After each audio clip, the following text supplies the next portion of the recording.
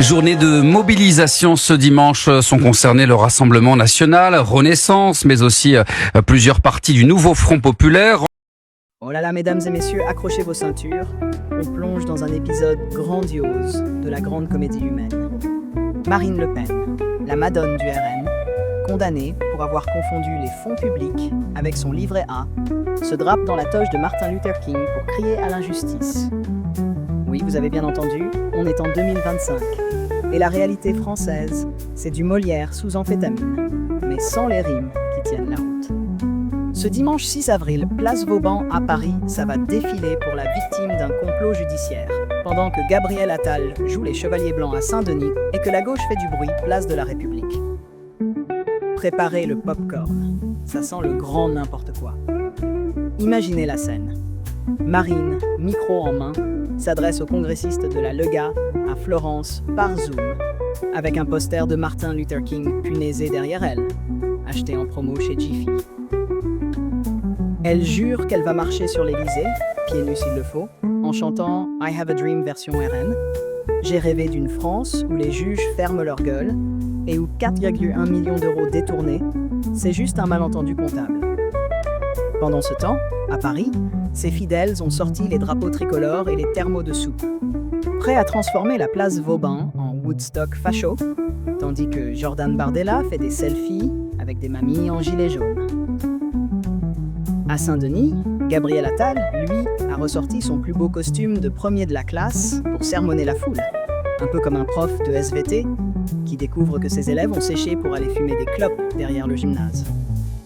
Et place de la République, les écolos et les insoumis montent une scène en palette recyclée pour hurler que la République est en danger, mais oublient que leur sono est branché sur du 220 volts made in China.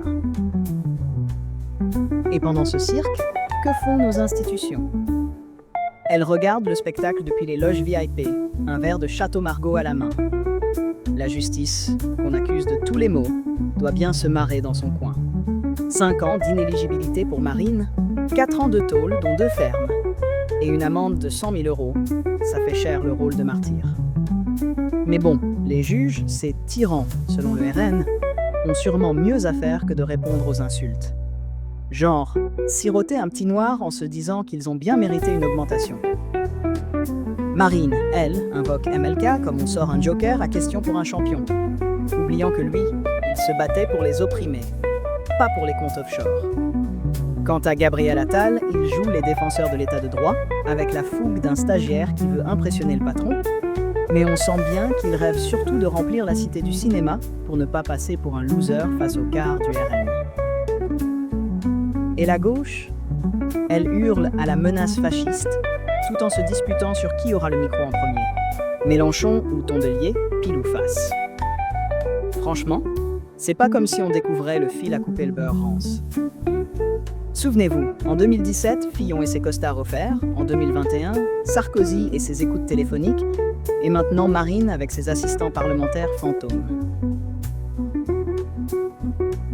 La politique française, c'est une sitcom qui repasse les mêmes épisodes en changeant juste les acteurs. On a eu le Capitole version Trump en 2021, et voilà que Xavier Bertrand nous tease un remake à la sauce RN pour ce 6 avril 2025. Et samedi prochain, le 12, rebelote. Des manifs partout en France pour défendre l'état de droit comme si c'était un vieux meuble Ikea qu'on recolle avec du Chatterton. Entre les scandales d'hier, les meetings d'aujourd'hui et les procès de demain, c'est l'open bar de l'absurde. Et nous, on est les poivreaux qui payent l'addition. Alors voilà, ce dimanche 6 avril 2025, on a tout. Une Marine Le Pen qui rêve de Nobel de la paix pendant que ses lieutenants comptent les quarts, un Gabriel Attal qui joue au sauveur de la démocratie avec des trémolos dans la voix, et une gauche qui crie au loup en espérant que quelqu'un les entende. On regarde ce grand Barnum, télécommande en panne, en se disant qu'on a bien mérité cette punition collective.